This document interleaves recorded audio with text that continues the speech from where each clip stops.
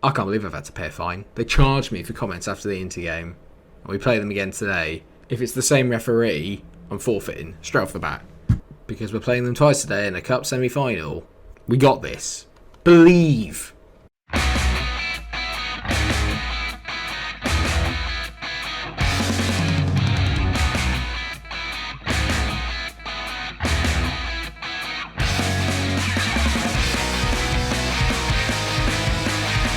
And I do believe, viewers, because we have had a very good end to the window in what was a very busy transfer deadline day in January. Do you want to see what we did? I'll show you. You don't have a choice. I'm going to show you anyway. It's more of a rhetorical question. Right, I'm going to run you through a few transfers because obviously you can tell here there's a few that have been made. Right, so first of all, we're going to be getting the goalkeeper I touched on last time. Giovanni De Cheglia is going to be coming into the squad on the 1st of July 2025. So he will be here towards the at the start of next season. Joining him will be a chap called Daniel Balek, who looks like he could be exceptionally good. 17 years old. From Victoria Plzeň, Czech. Looks absolutely amazing. He's got a very decent frame on him, 181 centimetres tall. At that age, is not bad. Physically very good, mentally very good for his age, and technically could do a little bit better. I'm not really sure. He looks like an attacking sort of defender, like a Librero, which excites me greatly because I've always wanted to play one. He could be the man. But they're not the big ones. I've got made another 3 signings along with Rick Karsdorp. We talked about him in the last episode. He has come in as my backup right back. Looks very, very solid. He's going to add a little bit of experience to the team. Got him in at 7.5 million. Already valued at 11. Preferably, we'll sell him on. Maybe even in the summer, depending on how well he performs. But he's obviously not going to get any better. But if I can sell him on for a profit, brilliant. Also worth noting then that I also bought in Keradine Hajar. I might just call him Hajar. He could be so damn good. 19 years old, sorry. Bought him for £17.5 million. 7.5 million of that up front. Yeah, I mean, physically, pretty much as good as you can get, really, in terms of a young, pacey winger. I don't play wingers, but he can also play up front, so he's got great versatility. Mentals are solid. And yeah, technicals can do a bit of work, but that's why he's 19. He will get better. Trust me, this guy's going to be very, very good. I have a very good feeling about him. And the other ones that I did was I actually brought in a couple of loan signings, just to bolster the squad a little bit, and I think we've done quite well. Kobe Lane has come in, 23-year-old Frenchman. Got him in on loan from Valencia. Good central midfield sort of attacking option, which I quite like. I probably could play him as an advanced playmaker. First thing he did, he came on and got sent off within 10 minutes. So that's... I mean, it's not the best start in the world, but to be fair, we've got an option to buy him for 9.75 million towards the end of the season. I don't think that's bad because his attributes look very good. Very good. And speaking of very good, I mean, I found that Moussa Dembele was transfer listed by Napoli, so I loaned him in as well, just as another backup striker, really, in case something happened to the front two. He's a player that's very similar, I think, to Christian Kouame. Quite quick, quite strong, got a proven goal record.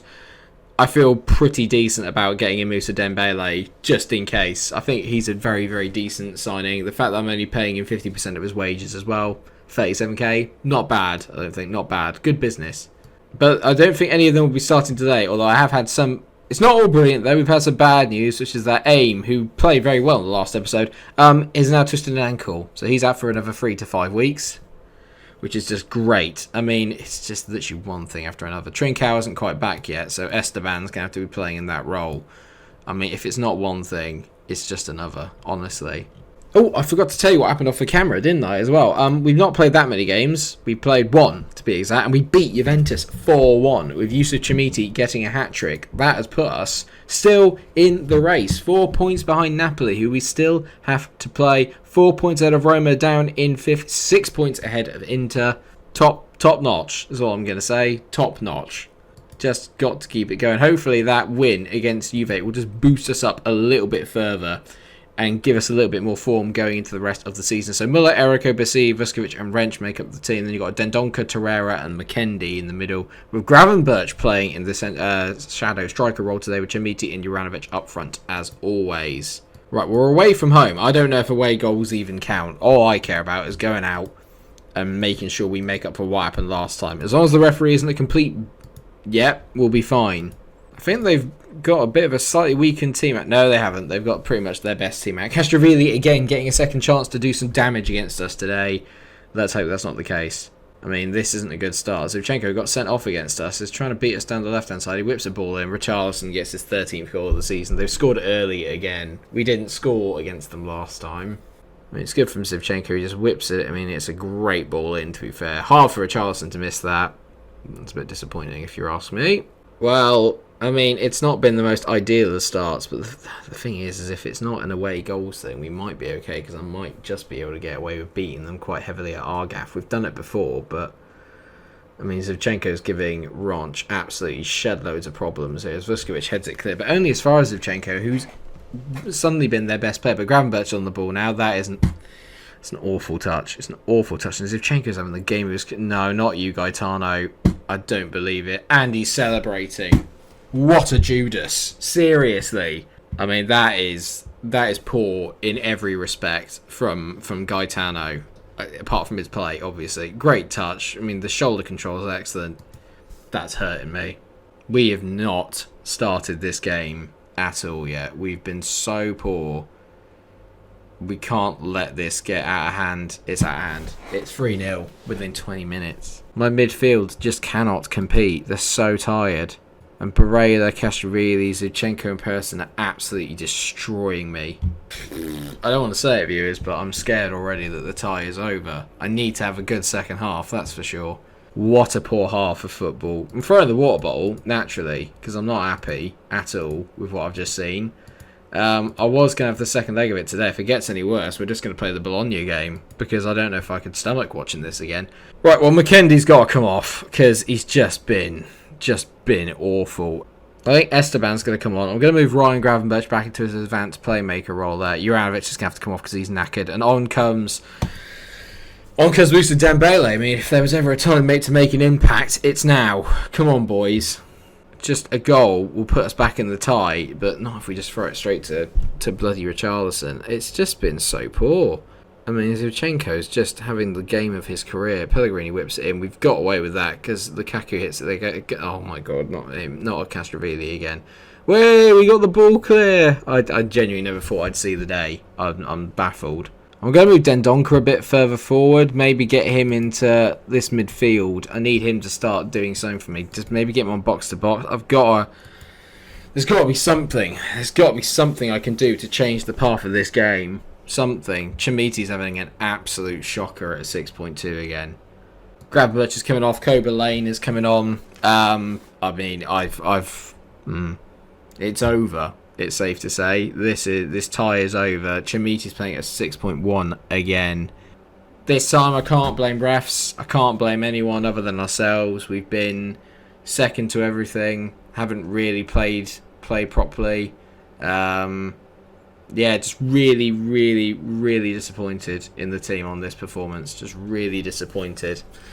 This has been atrocious, it's safe to say, and they're probably going to get a fourth here, and if that is the case, we'll just play the Bologna game and forget this. But Eriko's done well there. Come on, if we can just get just one goal, I'll feel better. I mean, this is great from Eriko. Lovely football. Come on, mate. To Esteban. I mean, it's a good effort, lad. It's the only effort, it's the only highlight I've had.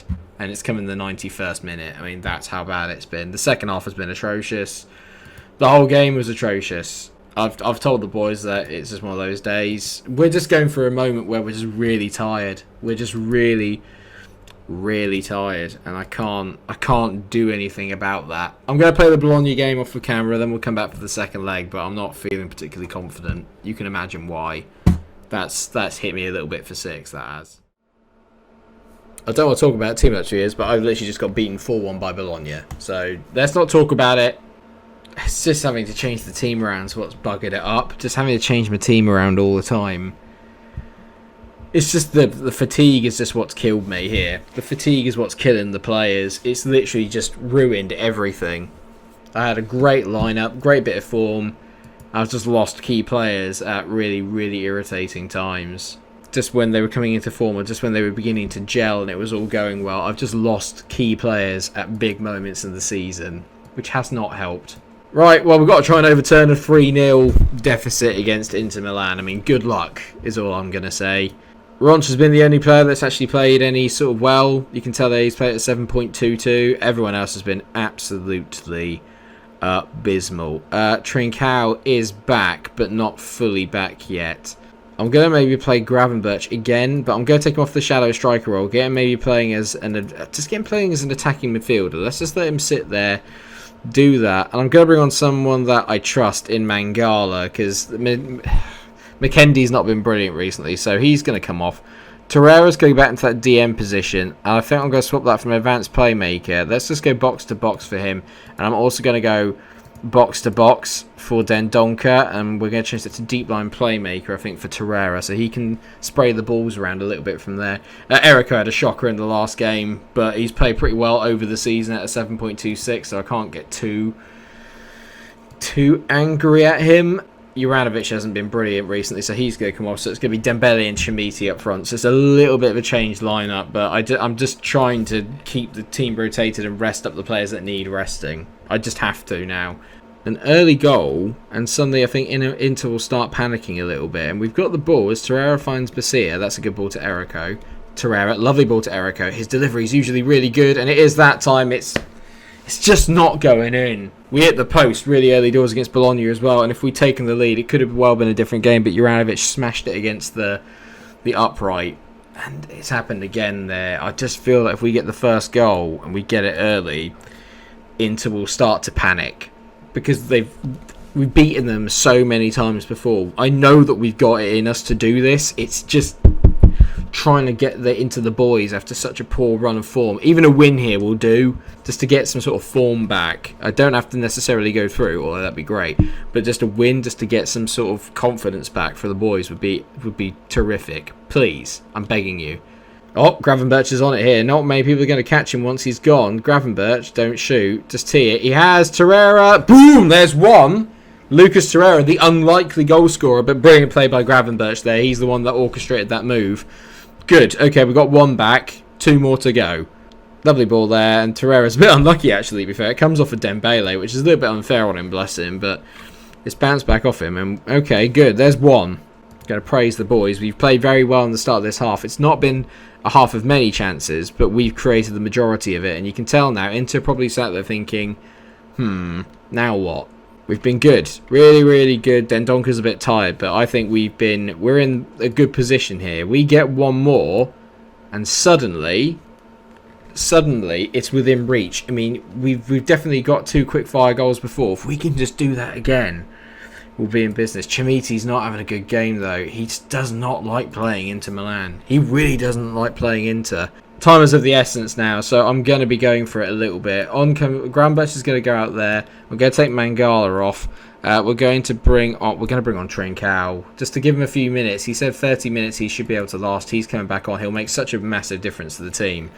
And I'm going to get Gravenberch on as well, and we're really going to go for it here. We're going to just try and push them back, get Ronch on that wing back attack as well. Let's just try and press them. We can get them down the sides if we play this properly. So get the attacking width, get on the overlap, and let's see if we can just cause them a few more issues, especially if we hit them wide, because that's where we can get at them. We've got one more change. I'm going to take off Chermiti. It's just not been his day. Juranovic is going to come on.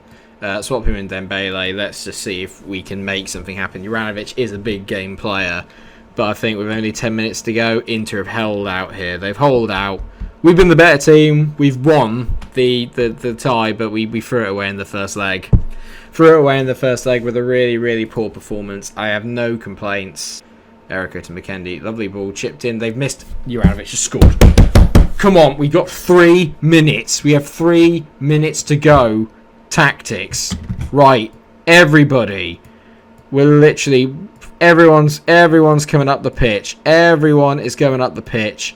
Attacking. Let's go attacking width very wide, passing direct. No, run at the defense. Shoot on sight. Just get up the pitch. Everyone up the pitch. We're going for it. We've got 3 minutes to get a goal. Come on, please. They've given it away. Ronch hits it long. Erico down the line. No, what are you doing? Basia, Gravenberch, poor. Erico back to Gravenberch. This is it. Ryan, don't shoot. Oh. I should have put shoot on sight on. It's still going. Is the ref going to give us any time? Vuskovic to Trincao. Go on, mate. Moment of magic. Trincao towards the back post. Not to be. I think that's going to be it. He's played on nearly an additional minute. I'll give him that. The ref, he's given us a chance. We've not won it. Erico again. You can't blow up there. We're in the third. We win 2-0. So close, but so far. I've said to the boys that was better, though. We won the game. That's the most important thing. We won the game. They're meant to win the league, so they're a better team than we are. I have to accept that. We played well. We saved some face, I think, and more importantly, hopefully, we've built a little bit of momentum going into the upcoming fixtures. But the Italian Cup will have to wait for another season. What we're going to have to do then is going to have to be another quick turnaround, because I'm thinking the Napoli game is important because Napoli are top of the league. So after that game, we'll probably take a little bit of a break and we'll go for a little bit of a longer break in between. But I think next time out then we'll do Napoli and Spezia together, because they're two... Well, the Napoli game is massive. I can't pretend it's not. The Napoli game is absolutely massive. We win that, we're still in a title race. If we don't, we're really going to be struggling to make top six, even though we've got a nicer kind of fixture run coming up. I can't believe it. We ran it so close, but we buggered up by losing 3-0 at home, 3-0 away. You can't do that and expect to get through. Just can't be done. Another competition not ticked off this year, but progress is being made. Let me know what you think of the games. Let me know what you think of the signings. Could I have done any more? Let me know what you think. Thanks so much for watching the episode. I hope that you have enjoyed it. Of course, if you haven't, please do come back and watch the next episode. And like, share, and subscribe. We're going to be playing Napoli next, and it's a big one. See you there. Take care.